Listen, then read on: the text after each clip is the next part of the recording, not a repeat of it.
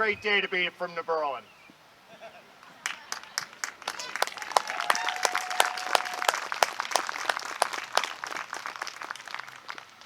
What a great day to be an American.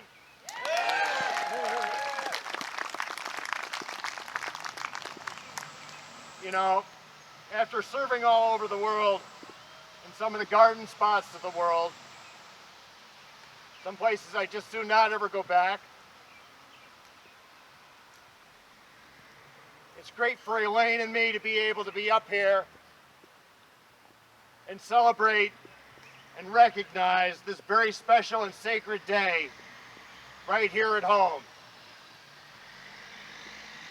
Before I make any opening remarks, I'd like to thank the Girl Scouts and Amy for such a great Pledge of Allegiance.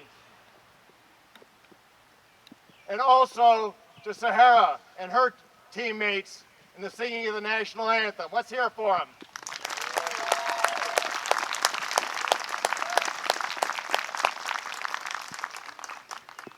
You know, I used to ask my soldiers a simple question.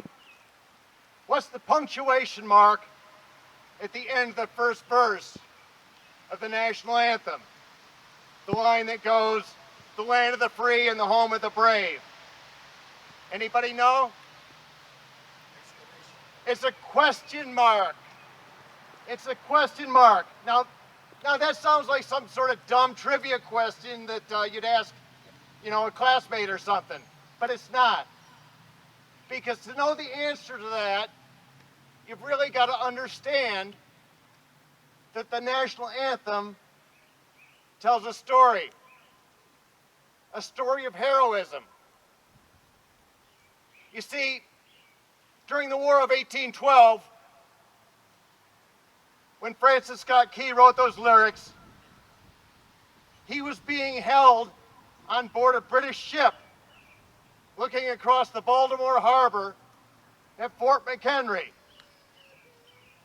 where the Americans had been pounded by British artillery all through the night. That's where the line, "The rocket's red glare, the bombs bursting in air," comes from. At dawn's early light, Francis Scott Key truly didn't know if the Americans at that fort had weathered that barrage. But they had. He didn't know if that American flag was still waving. But it was. He didn't know if the America that he knew to be the land of the free had survived.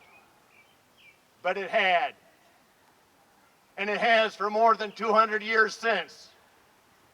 And I believe that as long as we have patriots like those here today and those that we are honoring today, that our flag will continue to wave over the America that we love for a long, long time.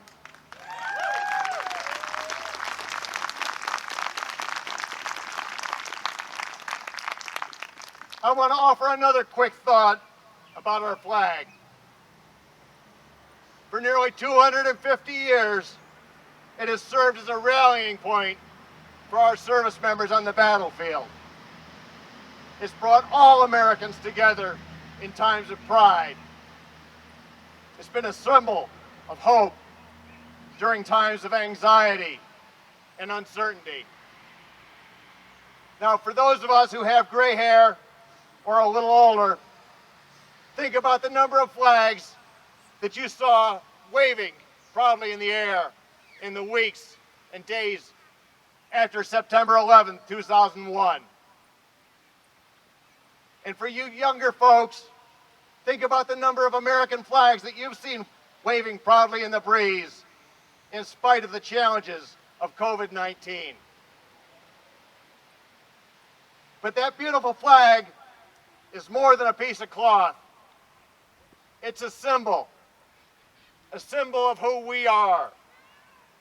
We, you and I, are more than residents of America. We are America, the greatest and most just social experiment in human history. You see, 200 years ago, when the famous diplomat Alex de Tocqueville reported back to his European sponsors, he said, "America is great because America is good." As a country, we may have a ways to go to be perfect. I'll admit that. But don't let anybody try to convince you that we are not great and that we are not good.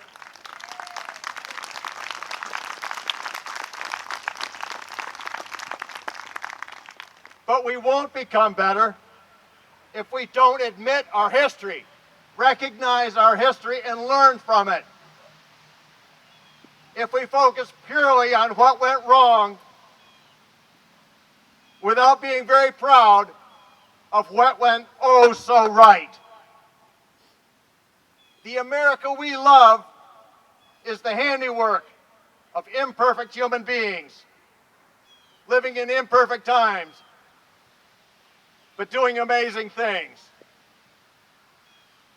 Today, I ask you not to play Monday morning quarterback or second guess our history, but rather learn from it.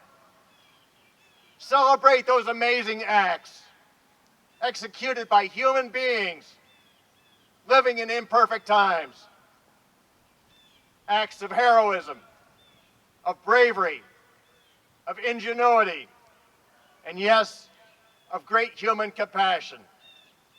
For it is those attributes that will take America forward.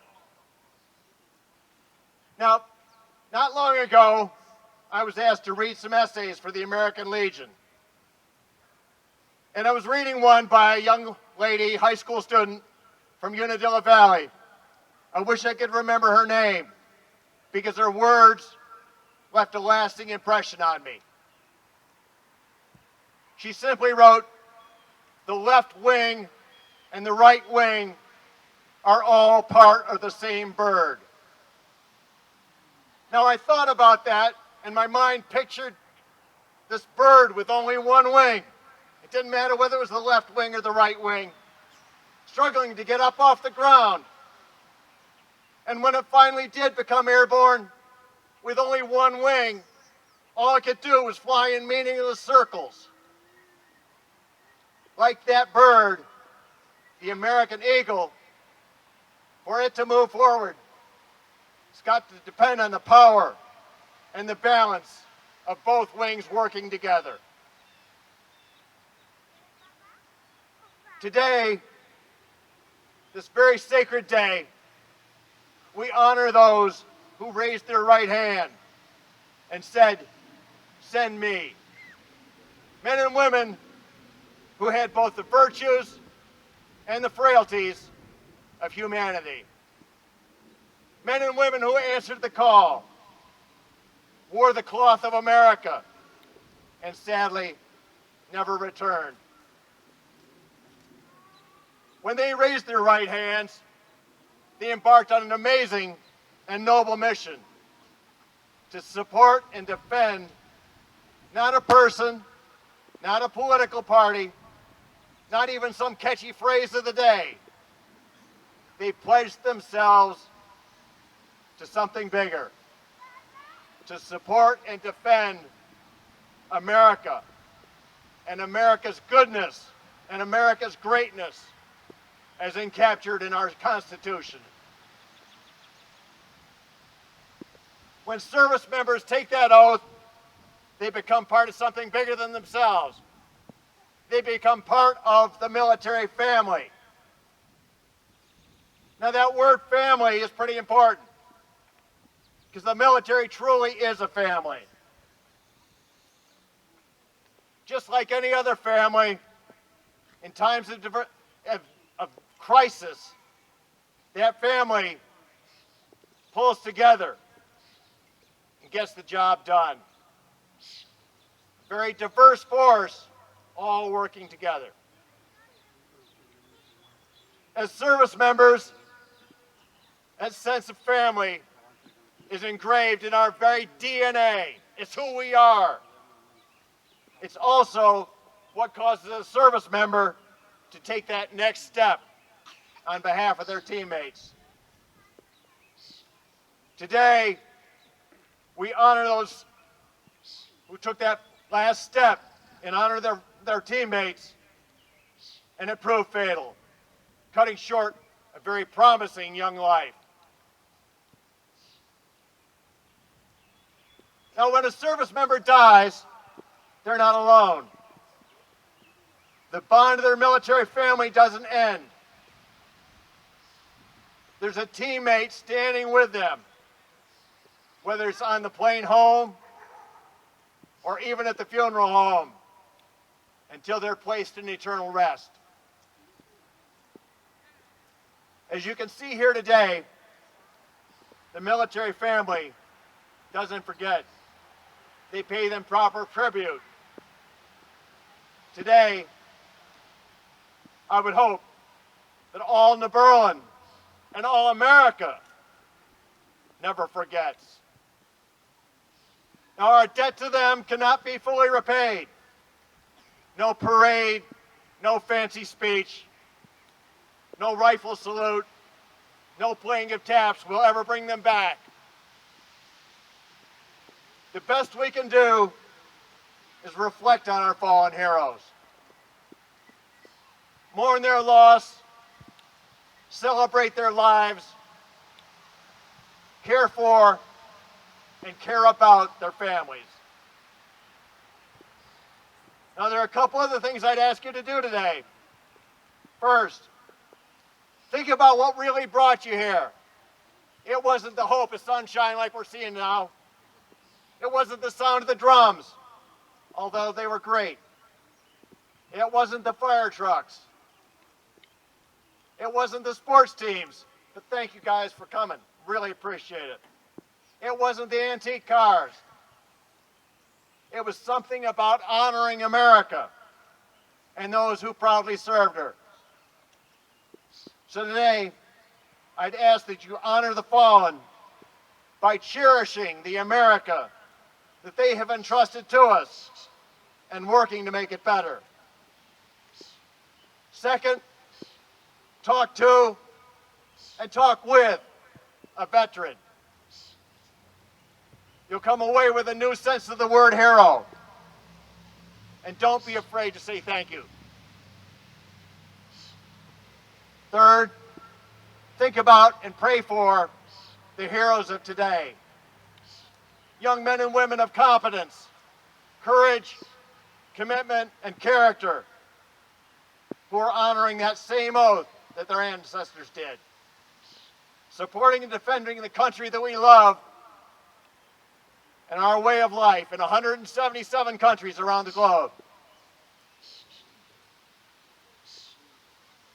In closing, I'd like to ask you to look at and celebrate Memorial Day in a slightly different way than you may have in the past. If you could go back in time and somehow interview one of our fallen heroes, they'd probably tell you that in the time before they fell, they probably weren't really thinking about American greatness, our flag, the Constitution. Now, that makes a great movie script, but it's probably not the case. In the hours and minutes before they fell, these heroes were probably just thinking about life back home in places like Neberlin, New York, thinking about their loved ones, and the next time that they too would be able to join in on a parade, a picnic, a barbecue, or even a camping trip.